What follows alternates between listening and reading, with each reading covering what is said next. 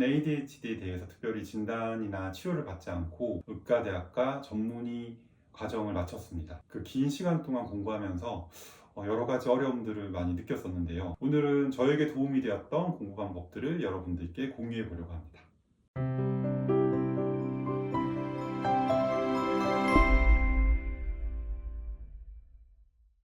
네, 안녕하세요. 슬기로운 ADHD 생활 정신건강의학과 전문의 백준영입니다.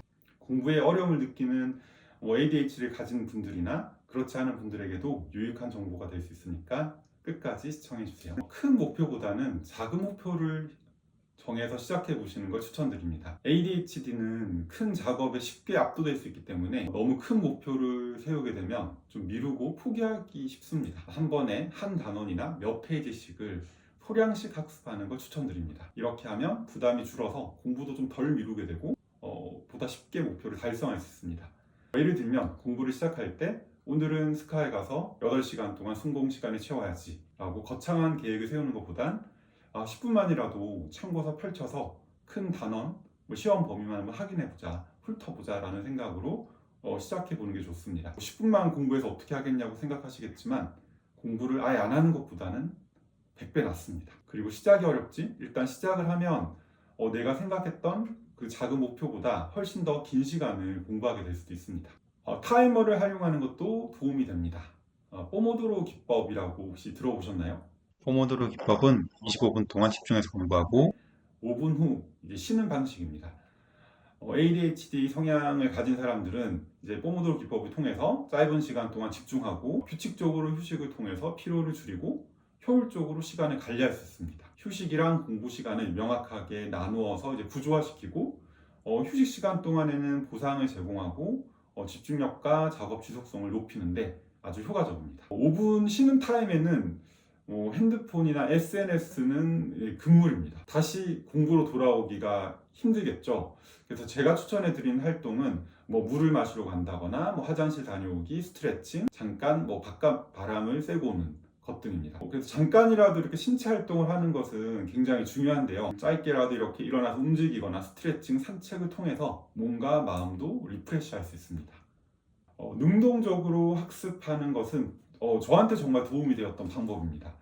그러니까 일반적으로 ADHD 성향 있는 사람들은 능동적으로 학습하는 게 특히 더 중요합니다. 수동적으로 단순히 강의를 듣거나 책을 읽는 것은 쉽게 지루해지고 집중이 어렵기 때문인데요. 예를 들면 축구를 배울 때 코치님이 축구하는 걸 눈으로만 본다고 생각해 보세요. 효율적이지가 않겠죠. 이제 내가 정말 능동적으로 공부를 하는 게 이제 도움이 많이 될 수 있습니다. 예를 들면 공부한 내용을 요약해서 한번 정리해보고 다른 사람에게 배운 내용을 설명해 주는 것 또는 플래시카드를 사용하는 것들이 저한테는 굉장히 도움이 많이 됐습니다. 이해하기 어려운 파트가 나오면 시각적인 도구, 예를 들면 다이어그램이나 순서도 표로 이렇게 보기 좋게 시각화시켜서 자료를 정리해보는 것도 이제 복잡한 개념이 좀 더 명확해지고 암기하는 데도 도움이 되었던 것 같습니다. 그리고 이제 교과서나 책 설명만 읽는 것보다는 이제 문제를 풀면서 뭐가 좀 중요한지도 확인해보고 내가 잘 이해하고 있는지를 점검해보는 것도 도움이 되었습니다.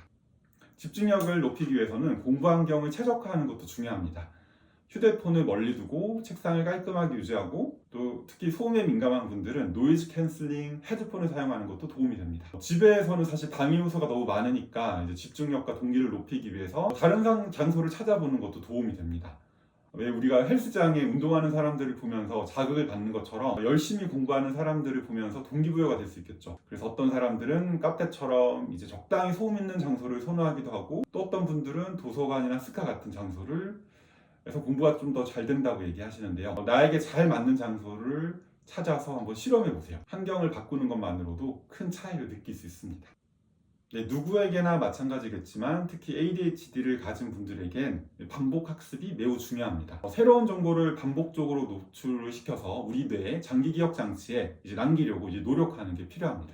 특히 저 같은 경우에는 자기 전에 잠깐 시간을 내서 그날 공부한 것 중에 중요한 내용을 이제 기록한 메모장을 보면서 반복 학습했던 것이 굉장히 큰 도움이 되었습니다. 이렇게 하면 실제로 이제 내가 잠을 자는 동안 학습한 정보를 효과적으로 처리할 수 있게 된다고 합니다. 그리고 이제 좀 특이한 장소에서 메모장을 보며 학습하는 것도 기억을 강화하는 데 좀 유용했었는데요. 예를 들면 뭐 항상 그러진 않았지만 시험 기간에 뭐 이동하는 시간이나 뭐 화장실을 갈 때, 뭐 식사 시간에 암기할 것들을 항상 들고 다니면서 반복적으로 이제 기억했던 것이 좀 도움이 많이 됐던 것 같습니다. ADHD 성향 있는 사람들은 뭔가를 시작하는 것도 어렵지만 한번 시작한 걸 멈추는 것도 어려운 경우가 많습니다. 집중력을 유지하기 위해서 우리가 여러 가지 방법들을 시도해 보지만 그 중에 제일 큰 적은 바로 스마트폰입니다. 스마트폰이 한 10년만 일찍 상용화 되었어도 저는 아마 이렇게 의사가 되지 못했을 거라고 생각이 드는데요. 제가 전문의가 되고 나서 스마트폰이 보급화된 걸 정말 다행이라고 생각합니다. 그래서 공부할 때는 스마트폰을 시야에 아예 보이지 않게 두는 게 제일 좋은데요. 이제 스마트폰을 바로 이제 옆에 두고 내가 공부해야 되니까 이거 절대 보지 않겠다라고 생각하는 거는 마치 알코올 중독 환자가 이제 술을 하루 종일 들고 다니면서 오늘은 절대 술을 마시지 않아야겠다라고 다짐하는 것과 똑같습니다. 그래서 이제 스마트폰을 이제 다른 방에 두거나 아니면 아예 가방 안에 넣어두는 것을 추천해드리고요. 스마트워치를 착용하는 것도 도움이 됩니다. 중요한 알림이나 전화를 받을 수 있으면서 스마트폰의 방해 요소를 최소화할 수 있기 때문이죠. ADHD 성향이 있는 분들이라면 잠깐 카톡만 확인해야지 라고 스마트폰을 열었다가 몇 시간째 쇼츠나 릴스를 봤던 경험들 누구나 있으실 텐데요. 스마트폰을 멀리하고 스마트하게 공부하는 습관을 꼭 만들어 보시기 바랍니다. ADHD 성향의 사람들은 스스로 동기부여가 잘 되지 않기 때문에 일을 쉽게 미루게 되고 갈등의 불이 떨어져야 집중을 하게 됩니다.